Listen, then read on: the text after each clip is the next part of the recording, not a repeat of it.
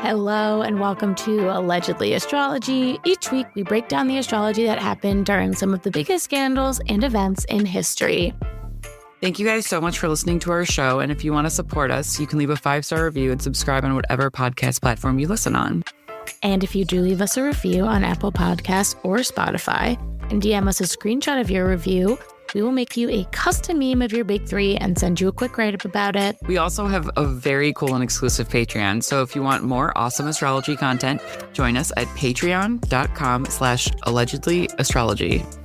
And follow us on social media. We're Allegedly Astrology on Instagram and TikTok and YouTube, and Allegedly Astro on Twitter. And you can also visit our website, allegedlyastrology.com, learn about us, check out some charts, or to book a reading with Dana. Yes, and make sure you smash that subscribe button on YouTube. Remember, we said we would show our faces if we got 1,000 subscribers, so It is true. we won't be so mysterious anymore. Give us money, we'll give you our face. So with that, Dana, what are we talking about today? The 2024 U.S. presidential race. Well, Ooh, yeah. We weren't sure if we wanted to go there, but it's been a crazy few weeks and our backs are up against the wall. We need to do. A historical few weeks, you guys. It's been a historical July. few weeks. Hot summer nights, historical mid-July. So first, we've got an assassination attempt on former President Trump. Then we've got Biden's decision to withdraw from the race, making him the first sitting president to do so since Lyndon B. Johnson in 1968. And now Kamala Harris is getting enough support from the Democrats to be the new Democratic nominee with support and endorsement from Biden. So let's check out the crazy astrology that's been happening this summer. so first we're going to start out with a debate between Ugh. Biden and Trump because it was not great. It brought up a lot of concerns. And the overall consensus was that it was 90 minutes of Biden confused and rambling, and Trump, who did seem more energetic than Biden, just lying a lot. Just lying the whole time. Just straight up, everyone was just straight up lying, rambling, yelling about their golf handicaps. It was really embarrassing. That was an embarrassing night. I didn't watch. I have a low credit. I made it through 15 minutes of the 90 minutes before I was like, we have to turn this off. It was rough. But after the debate, a lot of Americans have vocalized. I think a lot of Americans have been wondering, but a lot of Americans vocalized why we don't have age limits for presidents. We've got, a minimum age requirement. Why don't we have a maximum age requirement? And Biden's performance raised a lot more fears about his age, and Democratic Party members started to withdraw their support, which is a big deal for a party to withdraw its support from a current president who is planning on running again. So, Dana, what was going on during this debate? This was June 27th, 2024 at 9 p.m. in Atlanta, Georgia. And this chart has a Cancer sun, a Pisces moon, and a Capricorn rising. So very Renaissance. Wow. Thing. Interesting. Yeah. So It's a lot of delusion. Yeah, there's a Cancer sun in the 7th house. And so when the sun's in Cancer, people need comfort. There's a focus on needs being taken care of. So it's appropriate to have the debate at that time. But when that doesn't happen, when, the needs aren't met, or when the people who are supposed to be talking about them are talking about their golf handicap, people feel there's no security for their future. They get frantic. There's chaos until changes are made. It's very Cancer season. It's the hottest time of the year. And the sun is in the 7th house of opponents. So it's a likely place for it to be during a debate. And if, it's a USA solar return season, so patriotism is higher, even in despair. Also, patriotism is correlated with Cancer placement. So there's disdain, despair, dissatisfaction, but there's a desire for, there's less of the apathy we've become sort of accustomed or adjusted to, I guess. And the sun is with Mercury, the planet of communication, and Venus, the planet of connection. Mercury squares Chiron, though, which hinders communication and definitely makes it hard to watch. And the sun is square the nodes. And in mundane astrology, the sun is the ruler of a nation, i.e. the president or the king. And when it squares the nodes of fate, the president is up against something he cannot stop. And in Biden's case, this is time. The nodes also pertain to time. Can't stop time, Joe. Joe.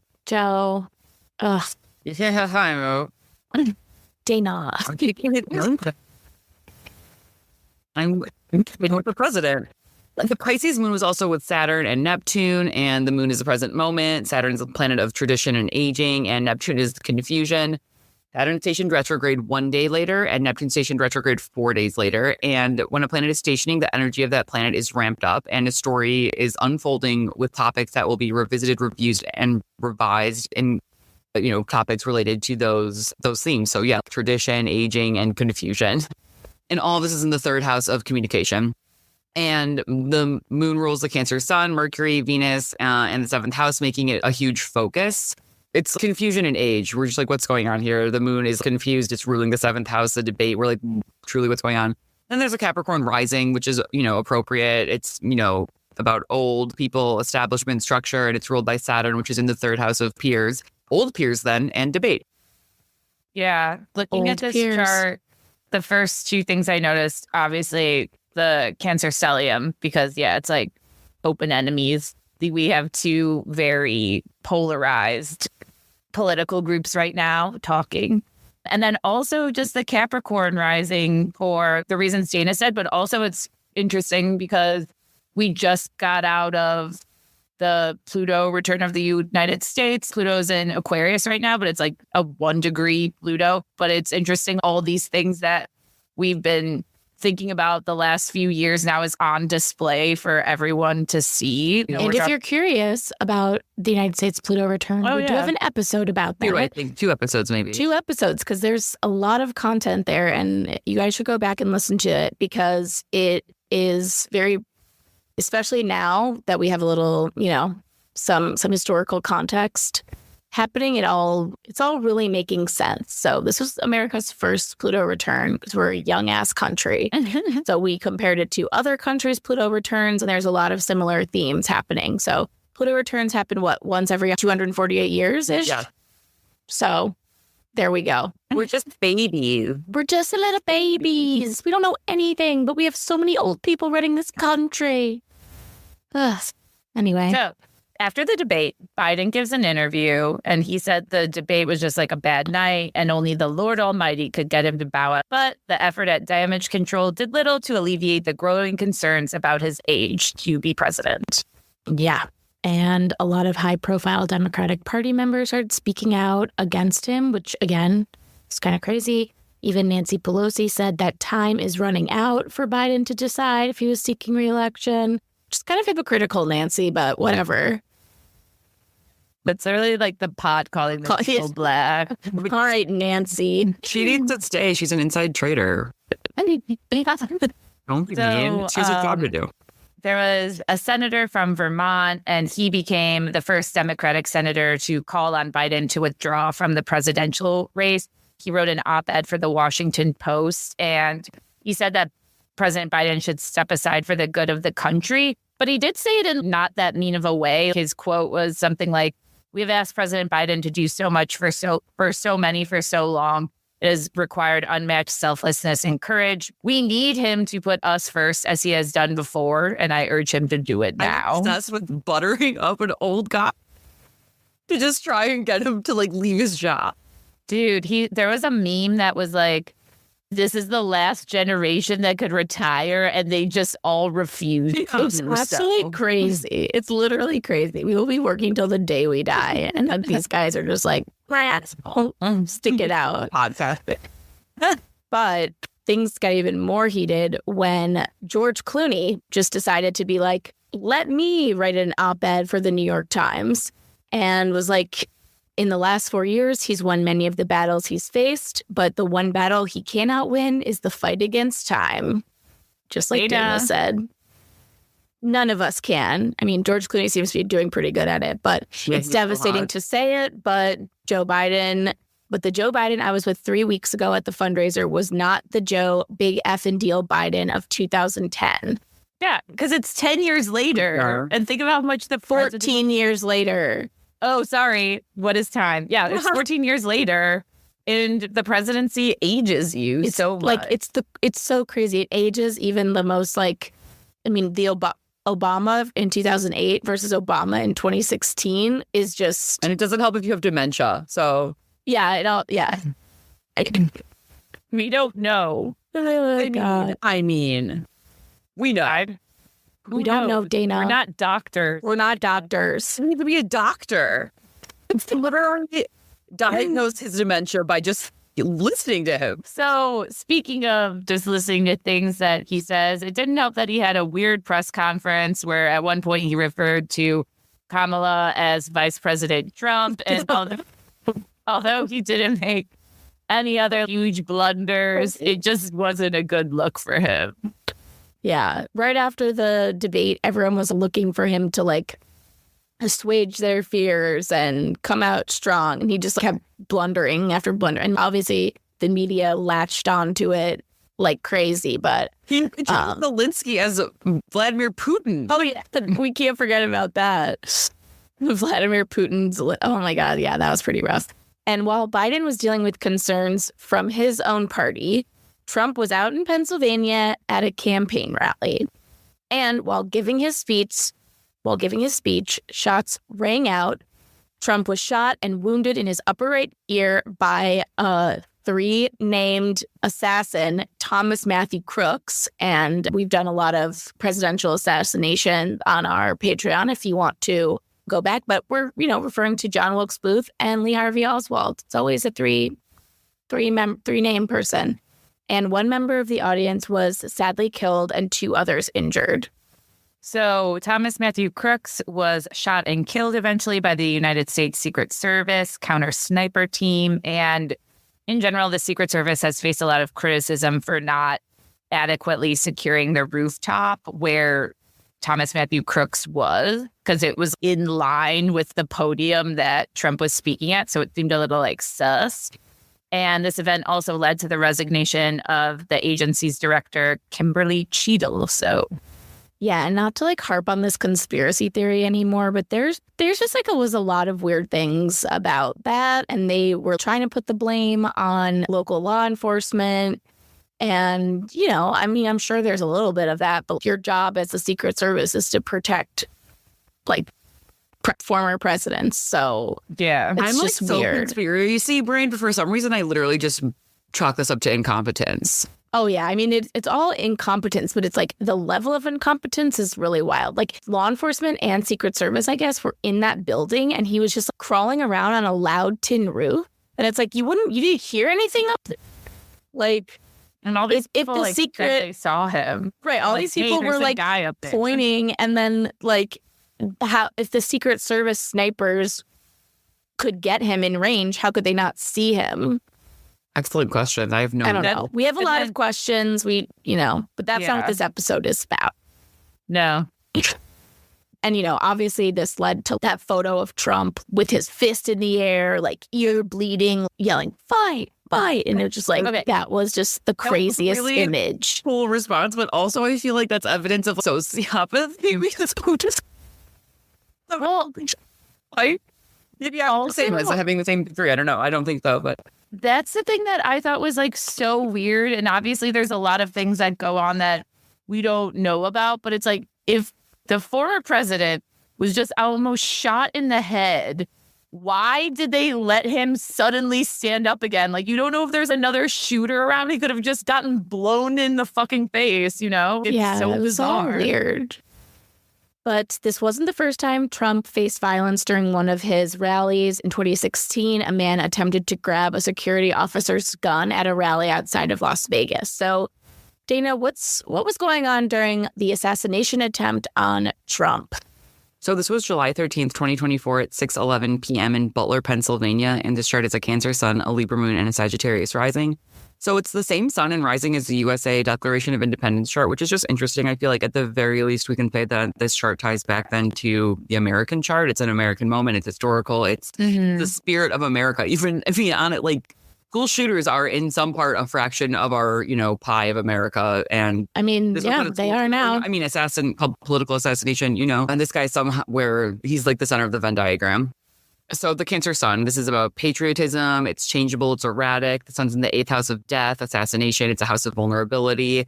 The midheaven, which is the ruler and the king, is with the south node, and the moon's on the midheaven. So it's just like killing the king. It's elimination. The south node being about draining. And whenever the moon is in the same sign as either the north or the south node, events are unpredictable. So who could have predicted this? I guess honestly, a lot of astrologers did. including me. I literally said that he might go down, but I think the odds would be in his favor because Venus was in his first house. If you guys remember, I think I sent that text on June 11th, maybe. Let me check my records. And the moon's in Libra, which is a sign of justice and it's ruled by Venus in Leo. So it's sort of seeking justice and personal glory, right? Like that's a lot of assassinations. It's sort of wanting to be famous for killing someone in the name of justice.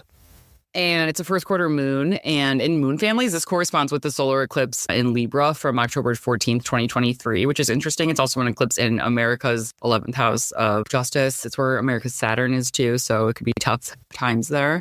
And then there's a Sag rising ruled by Jupiter in detriment in Gemini on the descendant. So it's opposite the ascendant. And the rising sign is the vibe. It's the actor. And in this case, the actor is, the gunman, renamed guy. I literally cannot commit his name to memory, which is funny because I have a good memory. Thomas Matthew Crooks. Him. Yeah. But what's interesting when you mentioned October 14th, 2023, I looked back what was happening in Trump and they were trying to put a gag order on him, which is kind of funny because it's like, it's almost like you can't stop him. Interesting. It's also like his third weird communication. So yeah, you can't gag this man. You can't gag this man as much as everyone wants him to be gagged. Yeah, literally his like weird neck movement saved his... Yes, literally. Just his weird gagging. His gag reflex saved his fucking life. We're all trying to do it. We're all trying to do it. You can't see us, but we're all wagging our heads. And so yeah, the rising sign is the vibe. It's the actor and the gunman in this case. And Sagittarius is a sign of ideals, dogma, and fanaticism because it's associated with religion.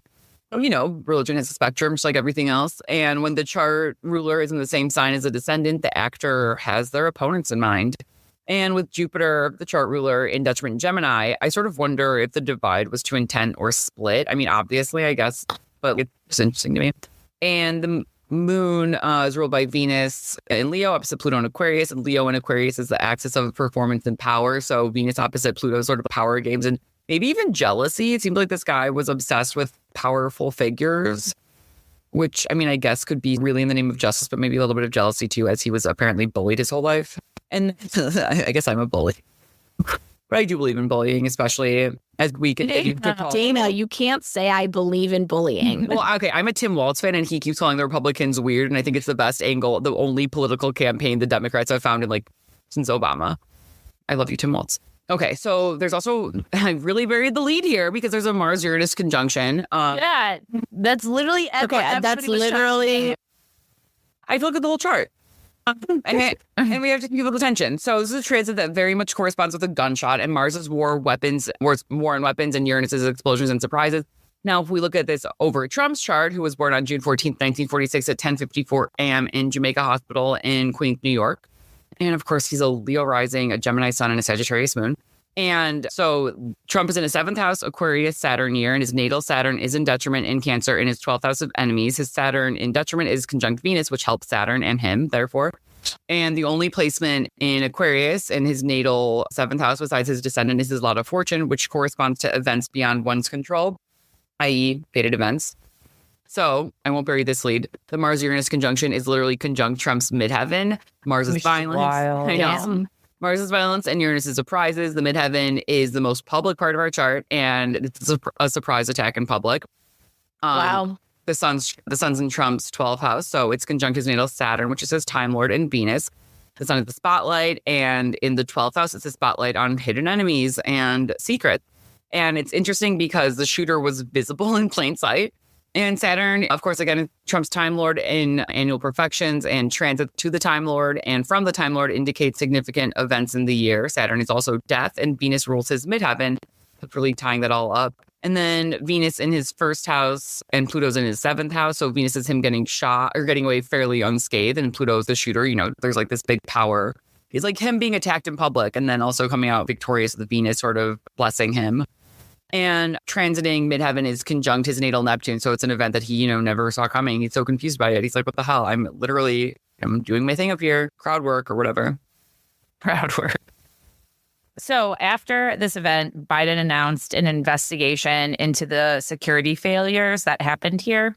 And he also directed the Secret Service to protect independent presidential candidate Robert F. Kennedy Jr. because Robert F. Kennedy Jr., I believe, asked for Secret Service a while ago and was denied. And yeah, so now they're like, okay, I guess because you can have some. You can have some of the Secret Service that isn't really very good. Imagine if we had to hear a debate between RFK Jr. and Biden. Can you imagine what that would sound like? We would need subtitle. Sorry, I'm a bitch. Yeah. But yeah, I mean, a president getting shot at by an AR-15, which is a weapon everyone's been trying to ban, is a little ironic because, we didn't have a court hearing or a congressional hearing when, Uvalde happened, right? So let's just get it straight, people. But that wasn't the only announcement that Joe Biden made. In a letter, Biden announced that he was officially removing himself from the race for president. And he said in the letter, "It has been the greatest honor of my life to serve as your president. And while it has been my intention to seek re-election, I believe it is in the best interest of my party and the country for me to stand down and to focus solely on fulfilling my duties as president for the remainder of my term." So that was a big day. What was going on when Biden announced he was withdrawing? So this was July 21st, 2024 at 1:46 p.m. per the tweet. And it's a tweet. Yeah, it's a tweet. And Biden's birth chart, he was born November 20th, 1942 at 8:30 a.m. in Scranton, Pennsylvania. And he has a Sagittarius rising, a Scorpio sun, and a Taurus moon. But just looking at this chart of the tweet, he has a Cancer sun and an Aquarius moon and a Scorpio rising. So it's the same sun and moon as a chart of the Declaration of Independence. So that's interesting to me. Both of these root charts sort of tie back, or both of these charts tie back to that root chart. So yeah, just like the Trump shooting, it's like tying back into American history. And it's hours after the full moon at 29 degrees Aquarius, it's hours after the Capricorn full moon, which is at 29 degrees. Capricorn is the establishment and old people and the final degree of the sign. It marks the ending and culmination of these themes. And the Aquarius moon is conjunct Pluto and the IC. The moon in Aquarius is for the people, and the moon conjunct Pluto is a power move. It's action taken by force. So it's people being like, hey, we're God and we're telling you to get out, okay? God is speaking through us and get the fuck out. And it's on the IC, which, marks an ending. And Mercury's in Leo. Uranus is squaring Uranus in Taurus. So Mercury's communication. Leo is the sign of the king. Uranus squaring Mercury is surprising news. It's also news, not nude. It's fourth. And then Venus is in Leo conjunct the midheaven. So I feel like overall it's this very soothing moment where like, okay, I mean, for a lot of us, I guess, at least, I feel like at least maybe 50% of us, at least 40%. A lot of people were soothed that day and I was one of them. So I'm overestimating the statistic, but it was very nice. I think a lot of people were sued that day. I'm sure there's a lot of poll content we could be referencing, Sure. But I think a lot of people after the debate were like, there's just no chance he can win. And so something has to be done. Venus is also grace, right? So immediately we move on. Grace. Yeah, like. Right. And people really changed their tune about Joe Biden overnight when he did this. He all of a sudden went from like arrogant old man, self-interested, to being like, wow, he will be remembered in the annals of history as like the most selfless president ever. And that's a country with a mutable rising. Yes. Yep. And so Biden is in, now we're looking at Biden's transits. He's in a 10th house Mercury Virgo year, right? I knew it. Mic drop. Shit. This is health shit too. Yeah. Virgy Virg. Yeah. So Biden's natal Mercury is in Scorpio in his 12th house with a Scorpio stellium, which includes the ruler Mars, Sun, and Venus, which is a detriment. So he's a covert communicator, keeps secrets, right? Like it's the last second. We don't really know what's coming. Although, again, something that many astrologers predicted, including Starheel, who's predicted it like down to the day. I guess a lot of people down to the day. But she gets a lot of flack, but she has great prediction. And so also the 10th house is public reputation and public life. Virgo's a sign of analysis and service. So yeah, again, everyone was like, thank you so much for your 50 years of service. Goodbye. Yeah, that is true. That's literally how everyone acted. And then Mercury in Leo is conjunct Biden's Chiron. So Mercury's communication and news, and Chiron is the wound. So it hurts him a bit to withdraw, right? But you got to go. Yeah. And the sun is in Cancer. Also, it is a 9th house of God. So we think God did come to him. And the sun's in Cancer, conjunct Biden's 8th house, exalted Jupiter in Cancer. So exalted Jupiter is about generosity. And in the 8th house, he's able to ask others for favors, which is, sort of me indicating that he's gotten probably to this place through favors, good, bad. Probably none of my business with his 12th house stellium. And the sun is a spotlight. So maybe he was reminded of things others have done for him in order, to convince him to withdraw. Or it's people taking something away from him. And Saturn in Pisces is conjunct his natal IC. This is, again, me sort of burying the lead. Saturn's old age and Saturn and the IC both related to endings and death. The IC is also one's home, so it could be literal death, or he's retiring to his house. And then the moon and Pluto are in Aquarius, squaring Biden's moon. So the moon and Pluto are in his 3rd house of communication and peers, and it's squaring his natal moon in his 6th house of work. So this shows him being edged out by his peers and or him withdrawing via social media. Both really are shown there. And Mars in Gemini is conjunct his Uranus and his descendant. So the descendant is contests and Uranus is surprises, Mars is action, and really pulls the trigger on him withdrawing. And the 7th house is also partnership. So Kamala is his 7th house. And he endorsed her candidacy in his letter of withdrawal. So that's that too. Surprise. And then Jupiter in Gemini is conjunct his Saturn. So Jupiter is finesse and favors. This is also sort of him passing on the torch. And when favors transits his natal Saturn, it relaxes his rigid insistence on running for a second term. And then Uranus in Taurus opposes his natal Mercury, Sun, and Venus. So Uranus in Taurus is transiting his 6th house of his daily duties of work. It's opposing his planets related to communication, identity, vitality, and adoration. So maybe he was surprised by the backlash against him running for a second term and then just surprise withdrew. Wow. I really feel like when you said the Saturn in Pisces conjunct his natal IC could be literal death or retirement. Yeah. So those are two very different options, Dana. Well, one usually, they're always together though. They're always tied together, right? You retire because you want to have some time to yourself before death, or you die, therefore you retire. Oh my God. So after withdrawing, Biden announced his support for Kamala to lead the Democratic ticket. And recently she secured enough party support from the Democrats to be their nominee. So we're going to check out predictions for, this has been crazy. Who knows if this will be the actual two people, but we're going to look at predictions for an election between Trump and Kamala on the Patreon. Yeah, that means you got to subscribe to that Patreon to see what we're going to predict. You have to pay us $5 if you want to know. That's true. Honestly. And it will be a $5. That will be very worth it. There's a lot of stuff you could listen to other than that too. That's true. We have a lot of stuff. If you're interested in assassinations, we've got that on the Patreon. And if three names and you're interested in assassination, don't do too much research. JK. Wow. Well, here we are. We are at a crossroads in our baby country history. And, I, for one, am tired of living in historic times. I'm just tired. So I just want to get this show on the road. So with that, I'm Elise. I'm Dana. And I'm Sarah. And this is Allegedly Astrology. I just want to go back. Bye. We didn't think about the president every day. Literally, I just don't want to think about the president every day of my life. I don't. No. Please.